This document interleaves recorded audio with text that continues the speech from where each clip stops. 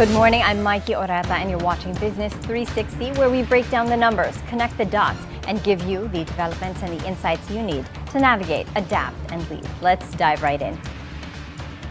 Consumer lending in the Philippines surges, growing 24% in April, still among the fastest in Asia, driven by a rise in credit card loans. President Marcos postpones the rehabilitation of EDSA amid growing public backlash over traffic woes and potential business disruptions. Terror on the streets of Colorado as a man sets people on fire during a pro-Israeli rally, leaving multiple victims as authorities probe a possible hate attack. Let's take a look at how global financial markets performed last Friday amid heightened tensions between the world's largest economies that continue to influence investor sentiment worldwide. U.S. stocks ended mixed as President Donald Trump once again criticized China, this time accusing Beijing of violating a previous agreement to roll back tariffs on critical minerals. The comments posted on his Truth Social platform included a warning that the U.S. could respond with tougher measures, though Trump did not provide specific details on the alleged breach. Well, stocks today and really this entire week are continue to be driven by the rhetoric around tariffs, if they're going to happen, how they're going to happen, are they legal, are they going to have to pay back any of the tariff revenue that's been generated so far. And then that's bled into today, which really highlighted, some inflation data, and most importantly, the fact that the consumer is dialing back their spending, and whether that's because they're stretched or because, they're just putting a pause on spending because of uncertainty, that still is left to be, figured out. But nonetheless, the consumer is cutting back on their spending. The Dow Jones Industrial Average edged higher by 0.1%. The S&P 500 closed flat with a slight downward bias, while the tech-heavy Nasdaq fell by 0.3%. European markets also finished mixed. London's FTSE 100 climbed 0.6%. Germany's DAX added 0.3%, while France's CAC 40 slipped by 0.4%.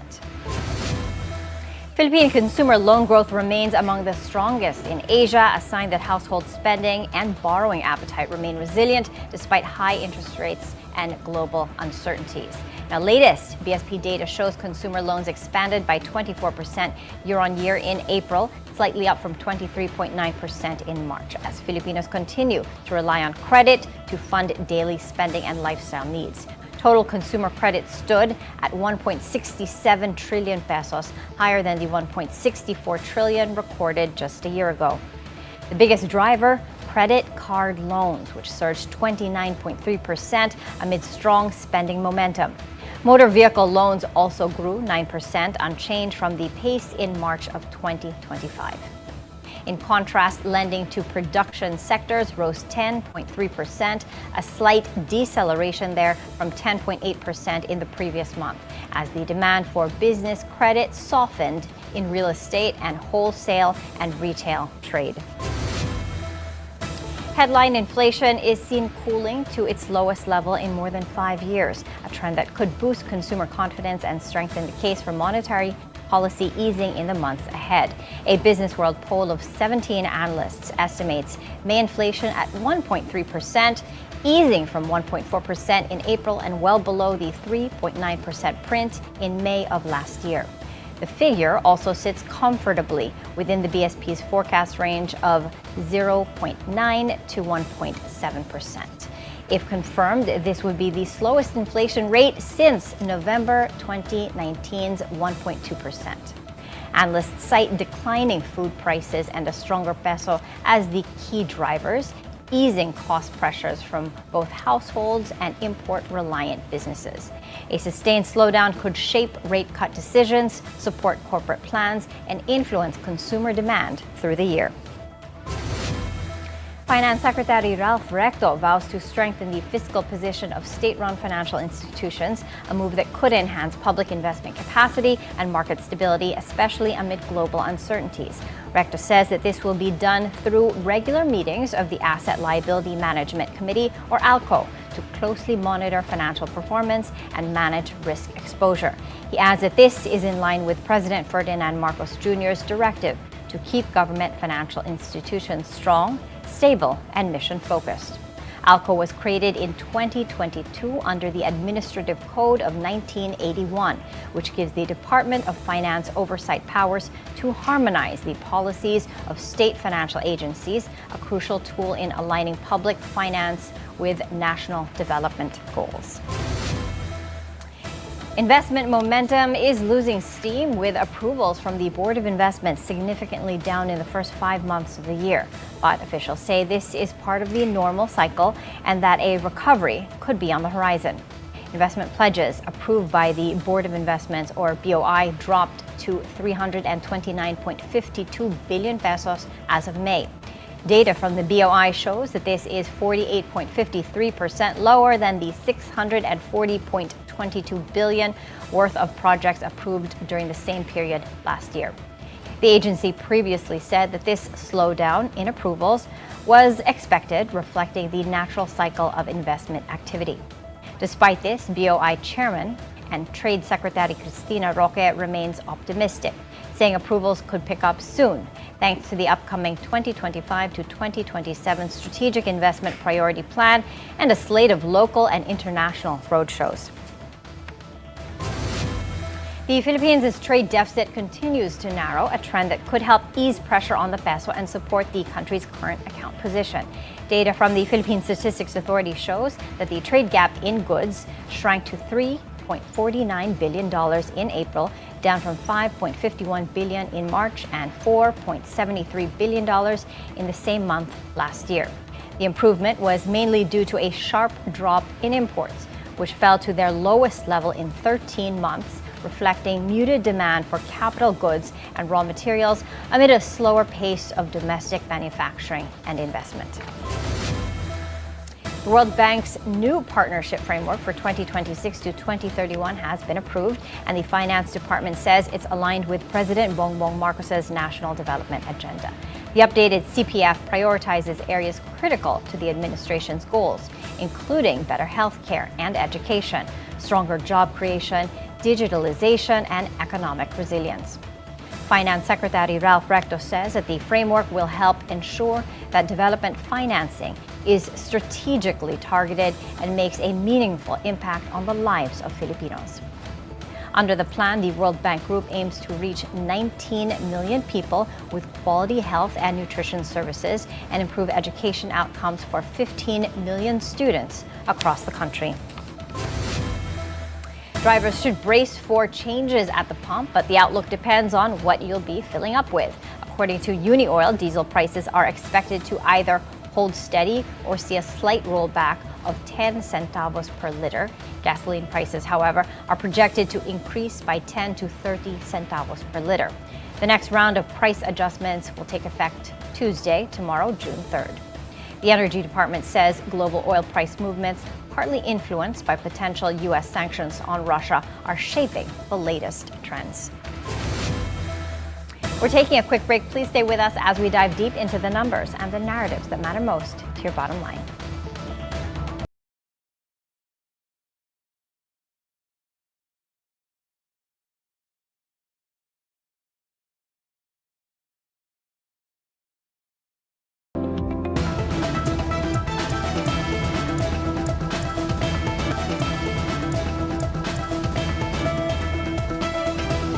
Welcome back. Let's check on how Asian markets are doing this Monday morning. Right now, the Nikkei 225 is well entrenched in negative territory, as with a couple of other major indices in Asia we're watching. Nikkei 225 is lower by 1.4%. Hong Kong's Hang Seng Index lower by much more, down by 2.2% in early trade. Shanghai's Composite lower, but not by as much as the Nikkei and Hong Kong's Hang Seng Index. Shanghai's Composite is down by 0.5% in comparison, and Singapore's Straits Times Index is down by not as much as the other bourses. It's down by just 0.1%. Now, here at home, Philippine stocks fell last Friday as weak sentiment and a lack of catalyst kept trading muted. The PSE index slipped 1.1% to 63.41, marking a second straight weekly drop. Investors stayed cautious ahead of May inflation, seen slowing to a 5-year low, potentially clearing the way for another rate cut by the BSP on June 19th. Support is seen at 62.90 with resistance at 6500. Now again, May inflation data, that's going to be out on Thursday, June 5th. Now, as of 10:15 this morning, the main gauge is in the red, tracking the losses across Asia, but it's down by just 0.4% to 63.19. Broader all shares index is flat with an upward bias. As for the sub-indices, the financials, industrial holding firms, and mining and oil counters are leading the declines in the market, whereas the property and services counters are bucking the market's current downtrend. So far, 72 million shares have been traded, valued over at a little over 1 billion pesos right now. Market breadth is positive. We've got 74 advancers, 39 decliners, and 49 stocks unchanged. Now, at the currency market, the peso opens weaker at 55.85 to the greenback, from its previous close of 55.75. Now, May inflation is out this Thursday, June 5th, and early estimates point to the lowest reading in over 5 years. That may open the door for monetary easing, just as global financial landscape faces major shifts. Now, Japan has lost its status as the world's largest creditor, while the United States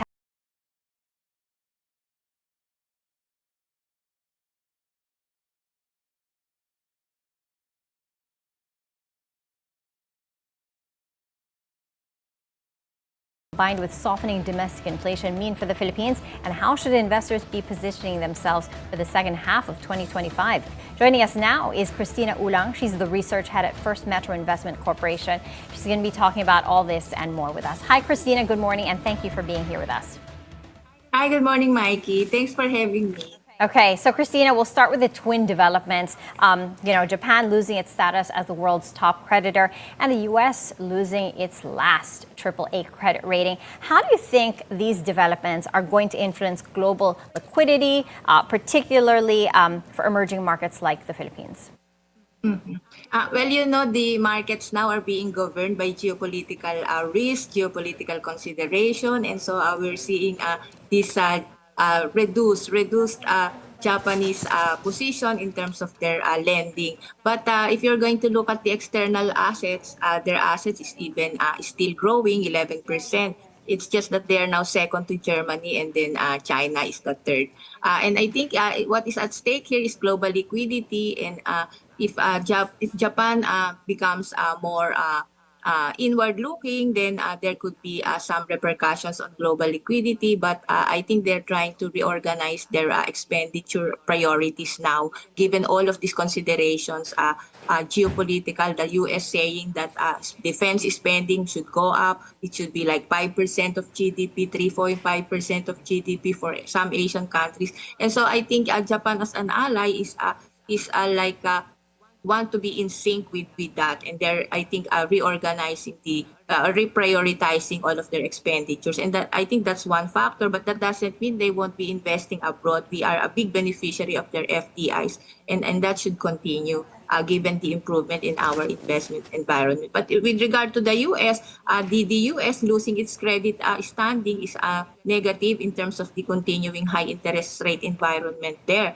That's on top of inflation rising because of the tariff that were imposed on the rest of the world and China. So it's keeping the long end of the U.S. Treasuries elevated. The term premium is rising, and that's going to be a higher higher cost of borrowing for dollar bonds, for dollar borrowing of emerging market countries like us. And so I think our borrowing, government borrowing, would lean more towards domestic sources. Mm-hmm, that would be the impact. So our borrowing mix is going to change. Christina, stepping back a bit, what kind of signal do these twin downgrades have on investors globally? Mm-hmm. I think this is going to be like very a reassessment. It's going to prompt a reassessment of in what asset classes should be positioned given all of the geopolitical uncertainties. The uncertainty is very high, so you would want to be in conservative assets that give you consistent yield. And so fixed income would be the number one, but not necessarily in USD denomination. So Philippine fixed income market is one big alternative for investors wanting a safety and a consistent return on a regular basis. And of course, the strength of the Philippine economy, the sovereign credit of the Philippine economy, which is triple B plus, that's one attraction. And of course, our credit rating, which has not been downgraded, very solid at triple B plus, and maybe affirmed and may even be upgraded if we continue to remain resilient. So it's fixed income and equities also because the BSP is reducing its key rate and then we'll have more liquidity. Peso is stable. Corporate earnings are growing and our GDP will be one of the best in Asia, 5.6, 5.8%. That's good for equities. Of these twin developments, Christina, which one do you think is really on a whole the biggest drag? Which one of the two will be the bigger drag for the Philippines in particular? I think the reduction of U.S. Top tier credit is going to put the fiscal houses of emerging markets in the spotlight.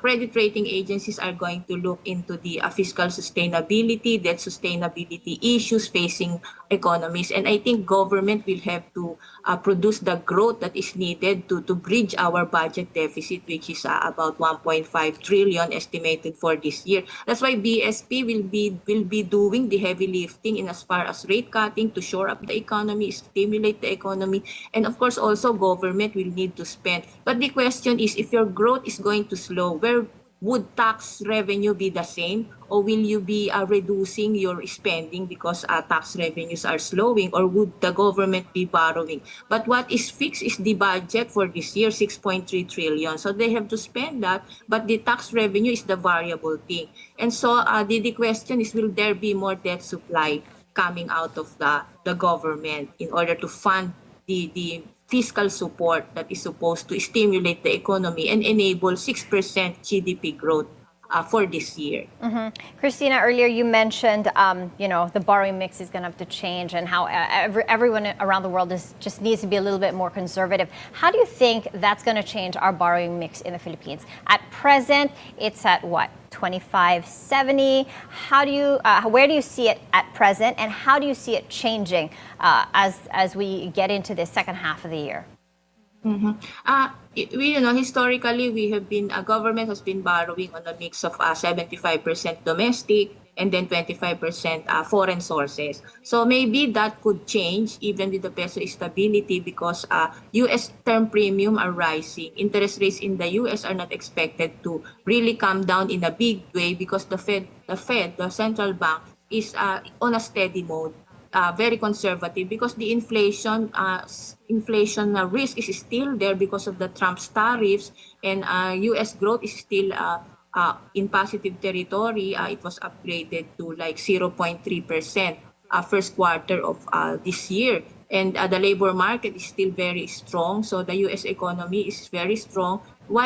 There is no need to cut for the Fed, and even BlackRock is predicting that there zero cut for the Fed this year, and so U.S. Interest rates are going to be elevated, and that's going to be very costly for us in terms of additional borrowing. So I think the government will be concentrating on local sources, which Local are more stable sources. and peso denominated. So more conservative. Maybe 70-30.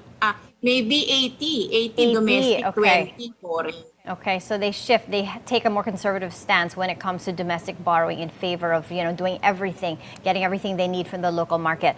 Christina, on another front, the downgrade in the U.S., them losing their last AAA credit rating, it puts pressure on the Federal Reserve, which, it's a tough spot for them. How do you see that affecting the BSP? Everybody expects rate cuts by the BSP as early as June 19. Do you share this view, and how many more rate cuts for the balance of the year, given that the U.S. is inclined? Some even say that the U.S. should keep rates steady until 2026. There will be 4 meetings of the Monetary Board. It's going to be this month. and then August, October, and December. The central bank was very clear in communicating that more rate cuts are on the table. It may be two, it may be more than that. And then there's also talk about more triple R cut happening. And so I think the signal is very dovish, and that there will be more liquidity in the market, more support for the market, so that the economy can grow, and the banks can continue lending and fund the capital expenditure requirements of corporates. And I think the second half is going to be like more support for the economy coming from fiscal also. And that's why the debt supply may rise, and because the budget deficit may have to be adjusted bigger in a bigger way, or maybe the collection of taxes may have to be um, turned more efficient. It has to become more efficient, especially VAT collection, so that they are able to generate the taxes. Because the number one concern really is the growth slowdown. And if you have a growth slowdown, then your budget deficit is at risk. Maybe the fiscal consolidation program may be changed. Maybe the targets may be softened, so that there could be some delay in meeting the targets, so that the government may have some leeway in spending and propping up the economy. I think that's going to be good for growth prospects in the second half. So you'll have a combination of government spending and then BSP. And that's very good for both the equities market and the fixed income market. That's More right. opportunities and a lot of opportunities. That's right. They'll have the latitude to do so because May inflation is expected to, something it's going to even be lower than April's 1.4%. What's your outlook for May inflation? That's out this Thursday. What are your expectations, Christina? Just around that level, 1.5% for the month of May. And that's really going to be driven by food inflation, especially rice, which is in negative territory. So that should help the BSP make a decision on June 19. Yeah, June 19, rate cut baked into the cake, at least 25 basis points, you think, Christina? Of course, yeah, that's going to help the entire yield curve move lower, especially the short end of the curve. And the long end of the curve might remain elevated because of market thinking that there could be more debt supply, and then the U.S. credit rating downgrade there lurking in the background.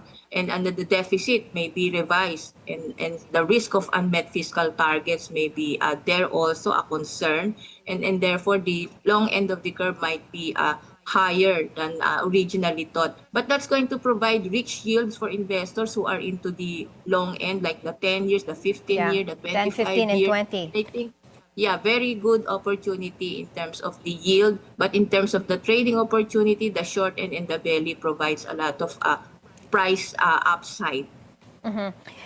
Christina, amidst the shift in geopolitics, the downgrade of Japan and the U.S., and the cabinet reshuffle here, and then we've got, lower GDP, 5.4% in Q1, and we've got inflation expectations to be, pretty benign. What kind of economic environment, how is the economic environment shaping up for the second half? We have just heard Mr. Trump raise the tariff to 50% on steel and aluminum. So I think the second half, in terms of the tariff imposition, there could be some risk of an escalation, a re-escalation, especially now that he has been being barred by this lower court that all of these tariffs are illegal. But the appellate court has actually said that the tariffs will stay. So I think given the personality of the Trump's government, the tendency to really assert its power, I think there could be some escalation again of the tariff jitters in the second half. But the trade deals should come through. I think the trade deals that is being clinched with the rest of the world should come through to ease the jitters coming from this renewed escalation. And so the volatility of markets will remain, and that is where the opportunity lies.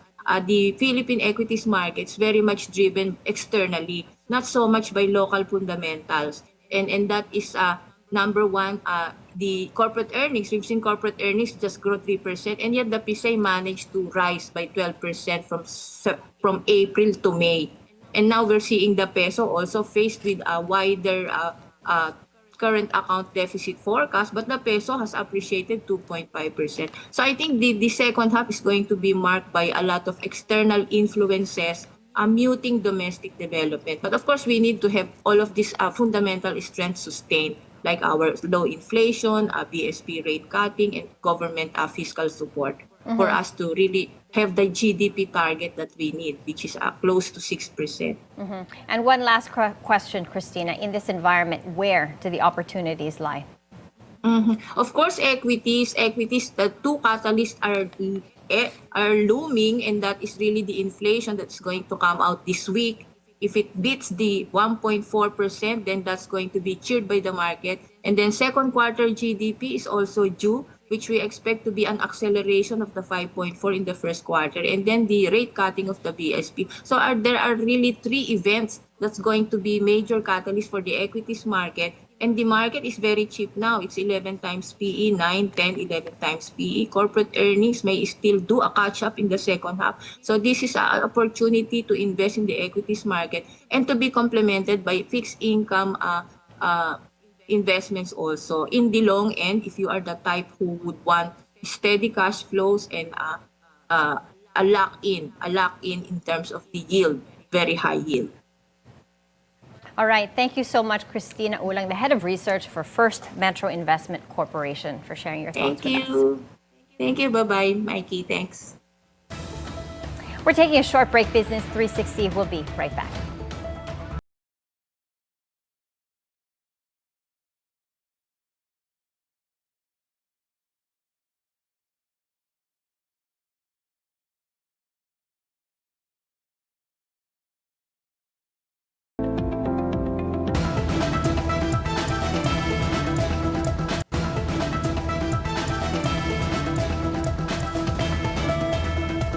Welcome back. President Bongbong Marcos puts the EDSA rehabilitation project on pause for a month, a move that signals a strong response to public backlash and economic disruption concerns. The decision comes amid criticism over the project's 2-year timeline and its expected strain on commuters and business mobility in the capital. As a result, the planned odd-even scheme along Metro Manila's main artery is suspended for now. Bigyan natin ang sarili natin ng isang buwan. Pag-aralan natin itong mga bagong teknolohiya na nakikita natin. Pag-aralan natin, gumawa tayo ng magandang plano. Baka naman, imbis na 2 taon, magawa natin sa 6 na buwan. PBBM says he has ordered Transport Secretary Vince Dizon and DPWH Secretary Manny Badoan to explore faster, more advanced technologies to speed up EDSA repairs and minimize traffic disruption. He has listened to the concerns of the residents of Metro Manila, and he has also listened to experts. Senator J.V. Ejercito voices support for President Marcos's decision to postpone the EDSA rehabilitation project, citing the need to first address the broader transportation grid. He believes a railway-first strategy will minimize disruption and lay the groundwork for a more efficient EDSA overhaul. Ang suggestion ko sana ay tapusin muna natin yung mga railway projects, in particular yung North-South Commuter Line at saka yung Metro Manila Subway System, nang sa ganun, kung gagawin po yung EDSA rehabilitation project, ay kahit paano gumagana na yung mga railway system, no? Madadagdagan. Yung movement ng mga tao ay kahit paano hindi masyado mahihirapan dahil may bagong railway system na tayo in place. The Philippine Chamber of Commerce and Industry warns of up to 30% in business losses, just 1 week into the temporary closure of the San Juanico Bridge, a key trade link between Leyte and Samar. The group says that the shutdown is strangling supply chains for food, medicine, and fuel, and dealing a major blow to small businesses across the region. Tacloban City has since declared a state of emergency. In a statement, the PCCI urges the government agencies to launch an urgent mitigation plan, including RORO subsidies, fee waivers, and the appointment of a bridge rehabilitation czar. The group says that the impact goes beyond logistics, paralyzing communities, delaying cargo, and threatening livelihoods dependent on inter-island trade. On another front, Philex Mining Corporation, led by ultra-billionario Manny Pangilinan, targets first production from its $1 billion Silangan copper-gold project in Surigao del Norte by March 2026. The mine will feature the country's first integrated copper-gold leaching facility designed to process up to 4 million tons of ore annually. Philex has already spent 18 billion pesos in pre-development, with plans to invest further in infrastructure and social programs, including a 5 million peso annual fund for host communities. Local officials hail the project as a catalyst for economic growth and job creation in Mindanao, boosting regional output and supply chain activity. A powerful new energy alliance is taking shape as ultra-billionario Enrique Razon Jr. and Federico Lopez team up in a 50 billion peso deal that could shake up the Philippines' natural gas landscape. Razon's prime infrastructure capital is acquiring a 45% stake in First Gen's Batangas LNG terminal, a critical hub for the country's future energy sector. The strategic partnership aims to strengthen the supply of cleaner burning natural gas, seen as a key transition fuel as the Philippines shifts away from coal. The deal unites two of the country's most influential business leaders in infrastructure and renewables and signals strong private sector support for the energy transition agenda. A court in La Union blocks the termination of a water deal between Metro San Fernando Water District and Villar-owned Prime Water Infrastructure, sparking new questions about the reliability of local public-private partnerships. The standoff highlights growing tensions in local utility management, with stakeholders warning of regulatory risks that could affect infrastructure sentiment. Civil Water Society group Water for the People Network calls for national government intervention, pointing to recurring consumer complaints over murky water, supply interruptions, and escalating rates under Prime Water's control. The local water district board moves to cancel the joint venture in January, giving Prime Water 90 days to respond and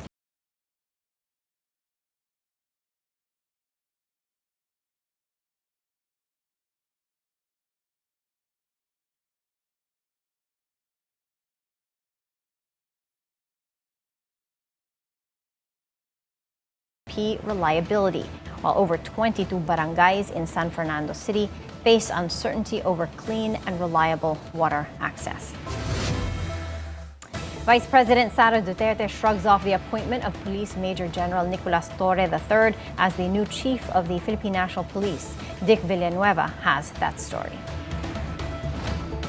Former President Rodrigo Duterte's supporters once again flocked in The Hague to celebrate Vice President Sara Duterte's 47th birthday. It was held in Van Laan Regan in Gorbachev, attended by supporters from various parts of the world. In her press conference, the Vice President responded to questions about the delay in the proceedings and whether she still believes the impeachment trial in the Senate will push through. At this point, sir, I really do not know if the impeachment trial will push through. But I told the defense team that they should prepare for whatever eventuality. She also has a brief and straightforward comment on General Torre's appointment as the new PNP chief. I'm sorry, that's my reaction. Sorry, next question. She shared updates on her recent visit to ICC detained father to more than 3,000 supporters. Also present were incoming Davao City Vice Mayor Basti Duterte, Senators-elect Amy Marcos, Rodante Marcoleta, Senator Robin Padilla, Attorney Vic Rodriguez, Attorney Harry Roque, and other notable figures. Incoming Vice Mayor Basti Duterte also expressed gratitude to those who continue to support his father. Masaya ako kasi alam ko this will eventually reach PRRD and kumalaman niya na maraming sumusuporta sa kanya.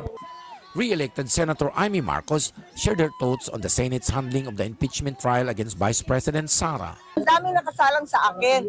Kaya gusto ko sana talaga magtrabaho na lamang at huwag unahin yung pamumulitika na impeachment na yan. Pero sa kabilang banda, napapaisip tuloy ako at nagiging malisyosa kung bakit inuurong ng inuurong. Tanggapin na lamang na wala kayong bilang. Yun. Marcos was barred by the International Criminal Court from visiting FPRRD in his cell at the SK Viningen prison.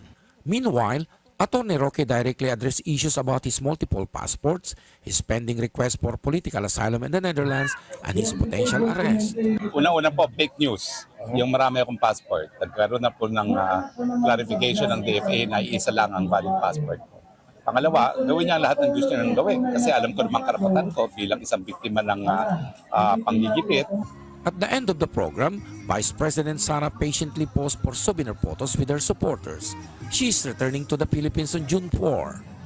Dick Villanueva, Bilyonaryo News Channel, The Hague, Netherlands. Converge co-founder and president Grace Uy returns to Forbes' billionaire list, this time on her own without husband Dennis Anthony Uy.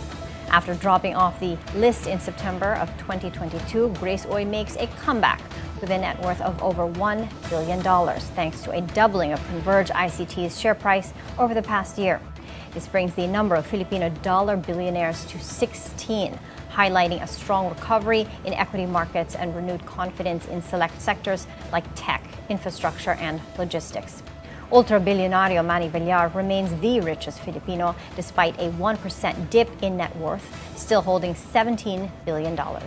He's followed by Enrique Razon, who stays in second place and is this round's biggest gainer, now worth $12 billion. No major changes for third-ranked Ramon Ang or Lucio Tan in fourth. Familiar names round out the list, including the C family, Andrew Tan, Eusebio Tanco, Lucio and Susan Ko, and Jollibee chairman Tony Tangcatyon. Combined, their wealth totals nearly $57 billion, a 4% gain since April, reflecting Philippine business resilience amid global uncertainty. We're taking a quick breather. Business 360 will be right back.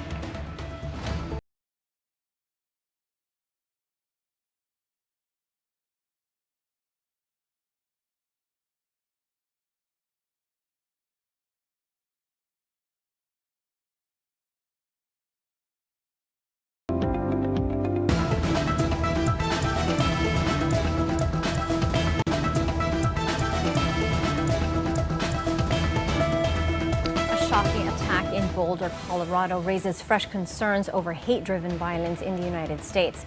Police say a man set several people on fire during a pro-Israeli demonstration, leaving multiple victims with severe burns. The suspect is in custody. The FBI calls it a targeted terror attack, though local police say it's too early to confirm the motive. The incident adds to global tensions, sparking security concerns for communities and businesses worldwide. So I've been in contact with our local FBI multiple times. We are in contact with them here. We are not calling it a terror attack at this point. Again, it's way too early to speculate motive.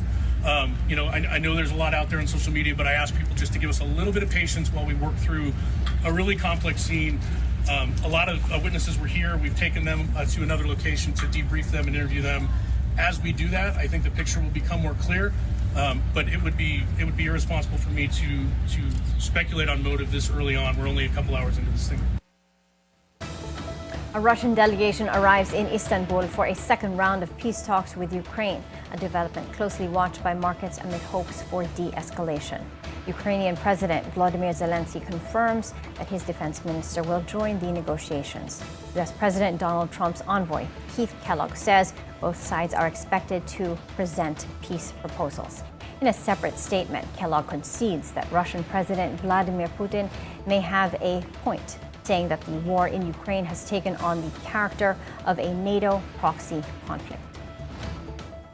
Putin has made those comments. Well, if you're going to supply them with weapons, we continue to be part of the aggressor. And he considers this a proxy war by NATO as well right now. And frankly, in a way it is. I mean, you look at what the European nations have done with support. I mean, it's clearly Putin sees that. So everybody's got to be willing to step back a bit. They've got to be willing to give a little bit. Despite ongoing peace talks, Ukraine launched one of its biggest drone strikes yet, targeting Russian military airfields on Sunday. A top security official claims 4 Russian air bases were hit simultaneously, damaging dozens of warplanes. If verified, it would mark the most damaging Ukrainian drone attack of the war and a major setback for Moscow's air power. The escalation could influence defense markets. commodity flows and global risk sentiment, even as diplomatic efforts continue. More than 30 Palestinians are reported dead and over 100 injured after violence erupts near a food aid site in southern Gaza on Sunday. Witnesses claim Israeli troops opened fire on crowds trying to collect aid, but Israel denies any involvement. In a social media post, the executive director of the UN's main agency in Palestinian territories described aid distribution as a death trap. However, the Gaza Humanitarian Foundation, which operates the site, says there was no shooting inside the center. And that's it for Business 360. I'm Maiki Oreta. Thank you for joining us, and keep it here on BNC, the Bilyonaryo news channel.